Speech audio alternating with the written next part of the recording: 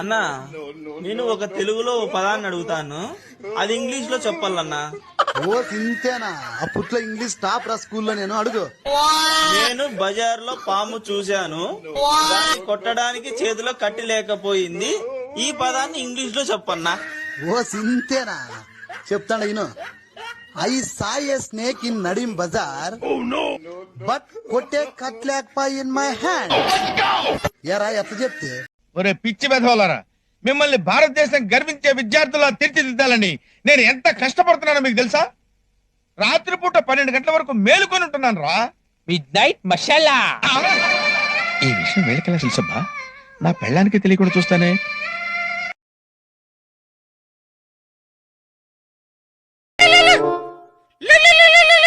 Hello మామా, ఎక్కడున్నావు మామా? మధ్యాహ్నం నుంచి కనిపించడం లేదు. ఇక్కడే రైల్వే ట్రాక్ మీదరా. రే రైల్వే ట్రాక్ దగ్గర ఏం చేస్తున్నావురా? లేదుగా చచ్చిపోతాను రా. నేను 5 సబ్జెక్టులు ఫెయిల్ అయిపోయాను కదా. సప్లైలో రాసుకోవచ్చు, నువ్వు ఫస్ట్ ఇంటికి రా. లేదుగా చచ్చిపోతాను రా. రే. ఇంట్లో నాకు విలువ ఉండదు. ఎందుకుంటదిరా? తిడతాక అమ్మా నాన్న అందరూ. సరే చచ్చిపోయితే మేము అందరం సిట్టింగ్ కి వెళ్తాం, వైన్ షాప్ దగ్గర ఉన్నాం. అవునా? చేస్తున్నాను.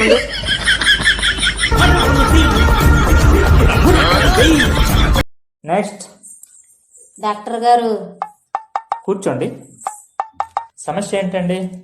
ఎక్కడ తాకినా చాలా నొప్పిగా ఉందండి. అవునా? సరే ఒకసారి మీ తలను తాకండి. చాలా నొప్పిగా ఉందండి. మీ చేతిని తాకండి.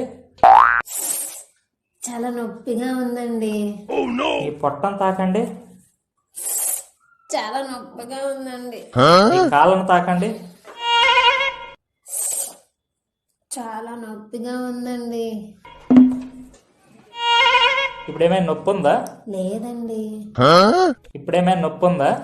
లేదండి.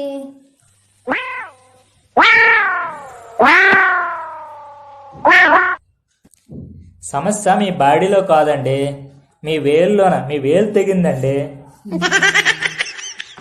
మందులు రాసేస్తాను, వాడండి. పాము కరిచింది. ఏ పామే? ఇలా ఇలా వెళ్ళే పాము. ఇలా వెళ్ళే పామే. దానికో పేరు ఉంటది కదా, ఏం పేరు? ఎక్కడికి వెళ్ళిపోతున్నావు? వాళ్ళ అమ్మని అడుగొస్తా. అరే మామా, అక్కడ నీ లవర్కి పెళ్ళైపోతుందిరా.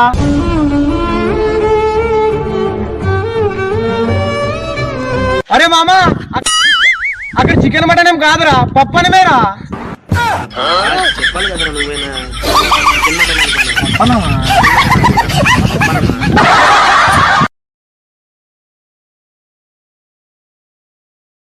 అన్న, సంస్కృతంలో భార్యను ఏమంటారు? సంస్కృతం అని కాదమ్మా, ఏ భాషలో కూడా భార్యను ఏమనలేం, అంటే అయిపోయినట్టే. మా దోస్తు వాళ్ళందరూ దీపావళికి బాంబులు కొనుక్కున్నారు.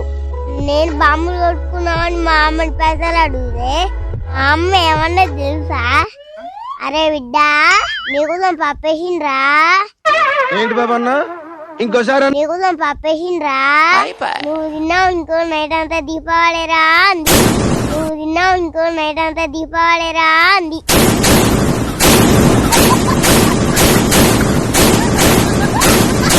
మనం హోటల్లో దీని బిల్లు కట్టకపోతే హోటల్లో పని చేపిస్తారు కదబ్బా.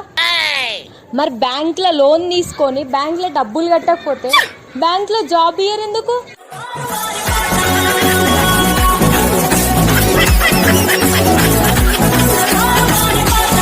మీ వారు పేదవారైనా సరే తనతో ఉంటావా? ఉంటాను. ఒకవేళ మీ వారు నిన్ను సరిగా చూసుకోకపోయినా ఉంటావా? ఉంటాను. నువ్వు మీ వారితో గొడవలు పడకుండా ఉంటావా? ఒరే ఆప్తావా, సిగ్గులేని ఎదవా. ఆన్సర్ చెప్పు.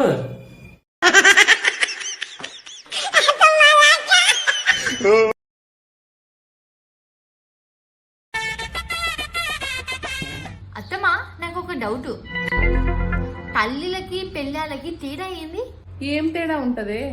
తల్లులు కొడుకులకు మాట్లాడడం నేర్పిస్తారు, పెళ్ళాలు నోరు మూయడం నేర్పిస్తారు.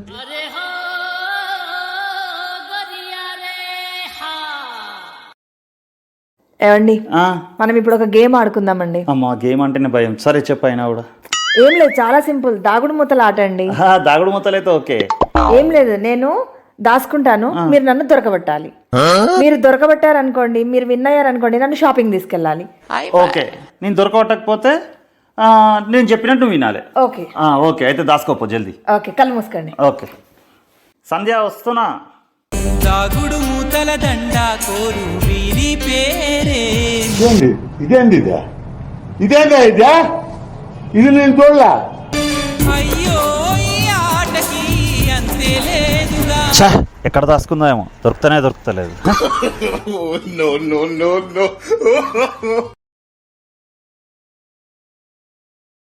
ఓయ్ హ్యాండ్సమ్ లగ్ రా. Thank you.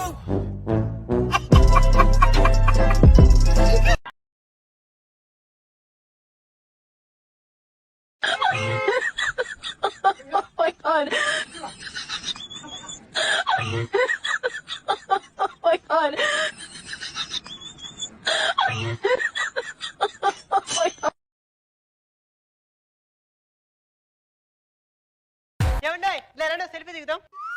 బా ఆ చైన్ కనిపించలే, కొంచెం కవర్ అవుతుంది, పైన వేసుకోండి. ఇలాంటిదే సెల్ఫీలో కవర్ అవ్వట్లేదని వడ్డానం మెల్ల వేసుకొని తీసుకుందంట.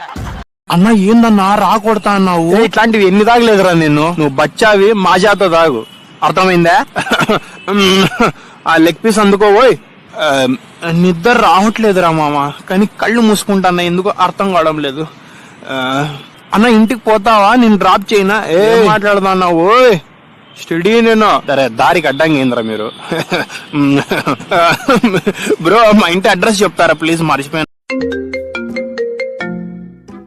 హలో ఓయ్ బంగారం, నాకు పద్మశ్రీ వచ్చింది. సరే గానీ వచ్చేటప్పుడు పచ్చిమిర్చి తీసుకొని రా.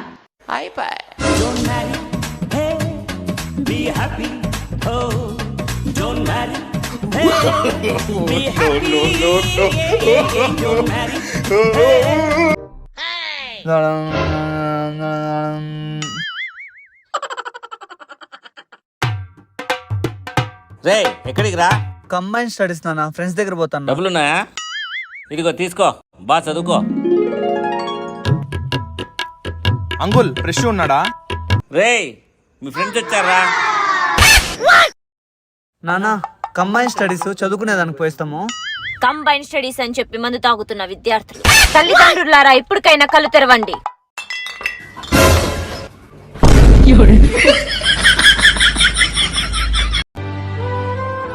ఏమండి, మనమిద్దరము కూడా ఏ గొడవ లేకుండా ఇంత సంతోషంగా ఉండడానికి కారణం ఏంటి?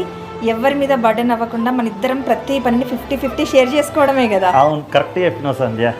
ఇప్పుడు కూడా అంతేనండి, కార్తీక మాసం కదా, పూజలు వ్రతాలు అన్ని నేను చేస్తాను, వాటికి సంబంధించిన ఉపవాసాలన్నీ మీరు ఉండండి. ఉపవాసాలు నేను ఉండాలనా?